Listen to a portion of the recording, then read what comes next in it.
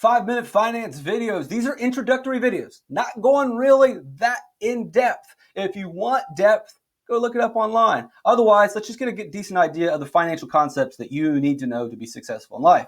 Got me fired up in that last video, and this one will probably be the same. Student loans. So we talked about in video 7 with the captured economy, how the way that employment and education works is simply to limit people that get into specific fields, to create barriers to drive wages up, to protect the people that are already there. So you want to protect the people that are already lawyers or are already doctors. You're protecting them because if there's a low supply of those people in that pool, then their wages go up. Supply low, price goes up. So to protect those guys, we don't want more people walking in and joining that group. So how do you create a barrier to entry? How do we keep the number of lawyers low, the numbers of doctors low, the number of nurses low, the number of teachers low, the number of you name the profession low? How do we make sure that not too many people get into that profession? Because if too many people get into that profession, then the supply will go up of people, and that means the price will go down. And so that means all the nurses, lawyers, doctors, whatever, you name the field, are going to earn less wages. So what they do is they create artificial barriers, just like building a wall around your country, which everyone is opposed to. Like, we can't build a wall around our country. This is America. We're supposed to let everybody in. Okay, fine, fair enough. But we do that for every single profession in America. The lawyers build a wall around lawyers. The doctors, the nurses, the teachers, they build a wall around them to protect them. They don't want other people to get into their job profession because more people flood in. Supply of workers goes up, price goes down. The same exact thing, the same people.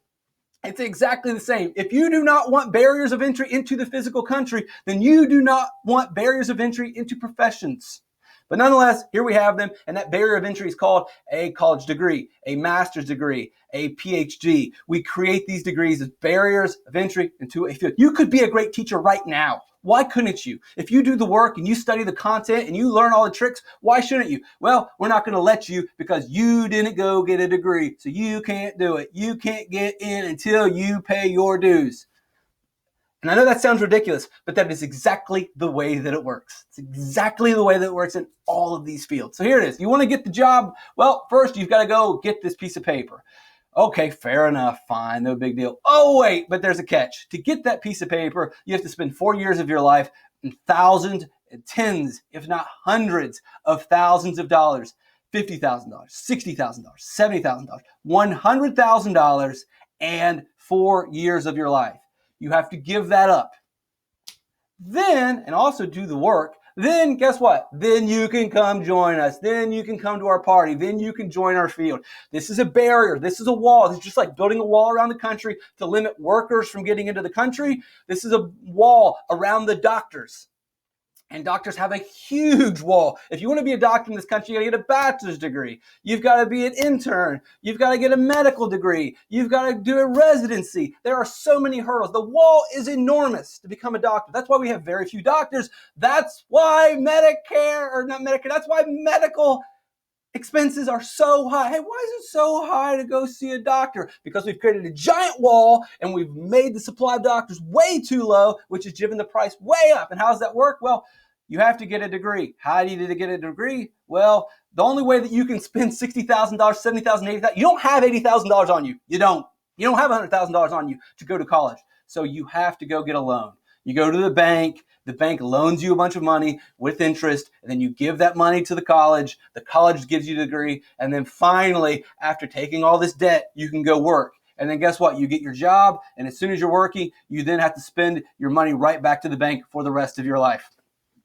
You got a high-paying job? Awesome! But your high-paying job also required a high-paying college. And that meant a high amount of loans. So you've got a high-paying job that pays to the bank every single time. That's what student loans are. I'm not telling you not to go to college, but this is the way that the system is rigged right now. It is very hard to find another way around it. If you want to get a high-paying profession, it is very difficult and very challenging to find another route in. Because if you don't have this degree, they don't let you in the door. And if they don't let you in the door, you can't climb the ladder.